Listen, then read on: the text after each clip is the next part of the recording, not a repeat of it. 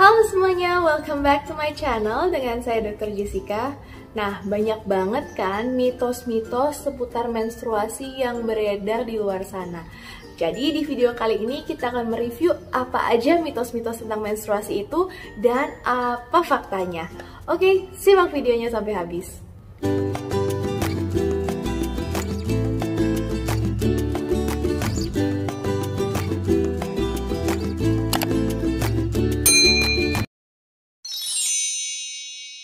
Yang pertama, keramas pada saat menstruasi bisa bikin sakit kepala dan bikin menstruasinya berhenti. Bener nggak ya teman-teman? Nah teman-teman, ada juga yang bilang pada saat kita lagi keramas, pori-pori kepala akan membuka, itu yang bisa bikin angin masuk, air masuk, bikin sakit kepala deh. Faktanya teman-teman, pori-pori itu bisa membuka nggak cuma pada saat kita menstruasi aja. Karena ada pengaruh hormon, suhu tubuh kita akan lebih tinggi dibanding biasanya pada saat kita menstruasi. Nah, pori-pori membuka ini adalah sebagai proses agar bisa menurunkan suhu tubuh yang meningkat tadi. Jadi akan ada proses penguapan, jadinya panas tubuh tadi keluar lewat keringat kita. Jadi nggak ada hubungannya tuh antara keramas sama bisa bikin sakit kepala atau bisa berhentiin mens. Nah bayangin aja teman-teman, kita menstruasi itu sekitar 3-7 hari. Kalau 3-7 hari itu kita nggak keramas, itu malah bisa bikin rambut kita jadi ketombean, jadi lepek, jadi berminyak. Nah teman-teman, justru pada saat kita menstruasi, kita harus lebih menjaga kebersihan tubuh kita. Kita harus rajin mandi dan juga rajin keramas, biar higienitas tubuh kita tetap terjaga. So, keramas pada saat menstruasi nggak akan bisa bikin menstruasi berhenti dan nggak akan bisa bikin sakit kepala. Jadi itu mitos ya teman-teman. Yang kedua, minuman soda bisa memperlancar menstruasi. Ada yang bilang kalau pengen cepet dapet mens atau mensnya nggak telat, minum soda. Ada juga yang bilang kalau pengen mensnya cepet selesai, minum soda. Faktanya teman-teman, ketidaklancaran menstruasi itu nggak tergantung dari minuman soda tersebut.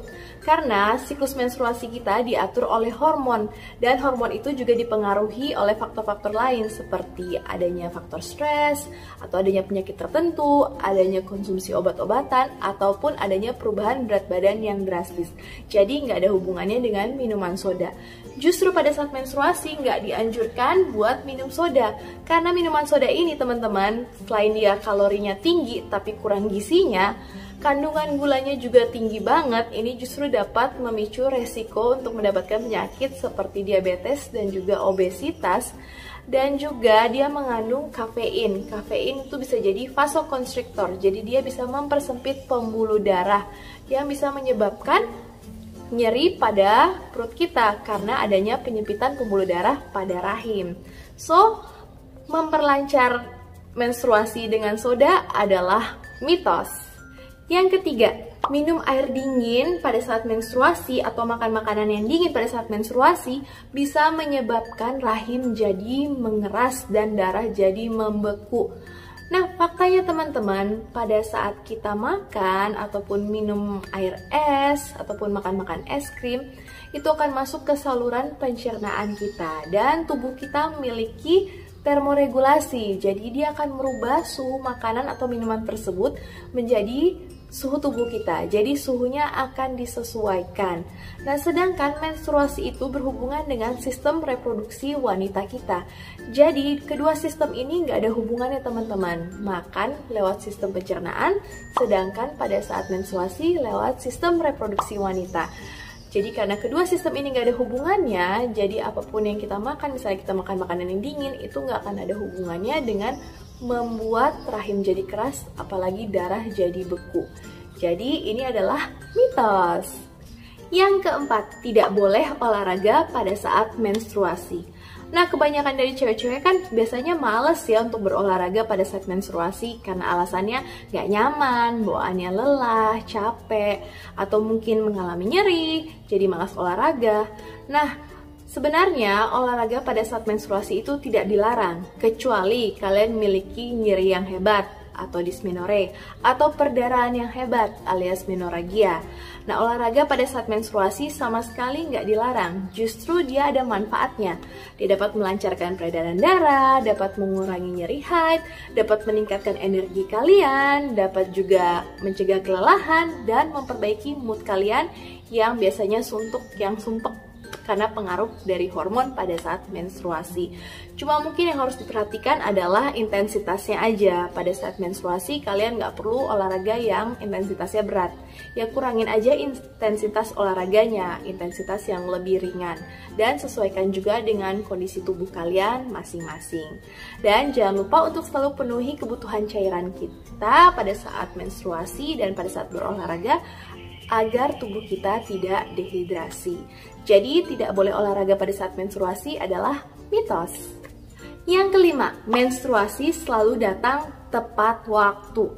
Nah teman-teman, kalian mungkin beranggapan kalau misalnya kalian mens bulan ini tanggal 20, bulan depannya tanggal 20 lagi kalian akan dapat atau kalian bakal dapat menstruasi lagi. Padahal faktanya teman-teman, siklus menstruasi kita itu bervariasi. Mungkin ada wanita yang siklusnya reguler, tiap 28 hari atau 30 hari dia menstruasi. Ada juga yang siklusnya pendek, 21 hari. Ada juga yang siklusnya panjang, sampai 35 hari. Jadi yang beranggapan bahwa menstruasi itu harus selalu on time, tanggal segini bulan ini, tanggal yang sama bulan depan harus dapat, nah itu anggapan yang salah alias mitos.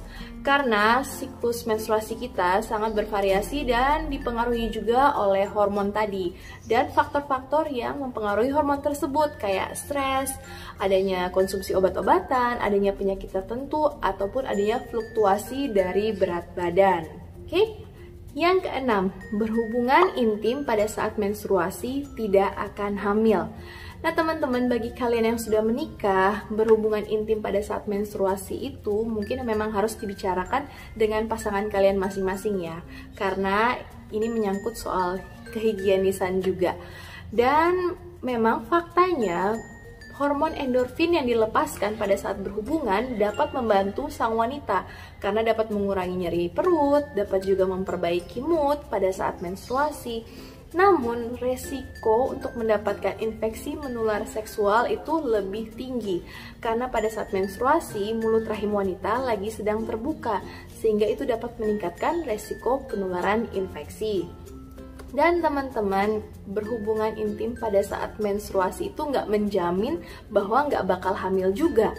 Karena sperma bisa bertahan dalam rahim wanita selama 5-7 hari. Dan bagi wanita yang mengalami siklus menstruasi yang pendek, siklus menstruasi yang tidak teratur, dan mengalami ovulasi dini, pembuahan sel telur oleh sel sperma masih bisa sangat mungkin untuk terjadi. Jadi tetap aja masih bisa hamil. So, kalau ada yang bilang berhubungan intim pada saat menstruasi tidak akan hamil, itu adalah mitos. Karena untuk sebagian kasus kehamilan masih bisa terjadi. So, sekian dulu informasi mitos dan fakta-fakta yang udah aku beberkan tadi. Semoga video ini bisa bermanfaat bagi kalian semua. Kalau kalian suka video ini, jangan lupa buat di like dan share video ini sebanyak-banyaknya. Oke, see you on my next video. Be healthy and be happy. Bye!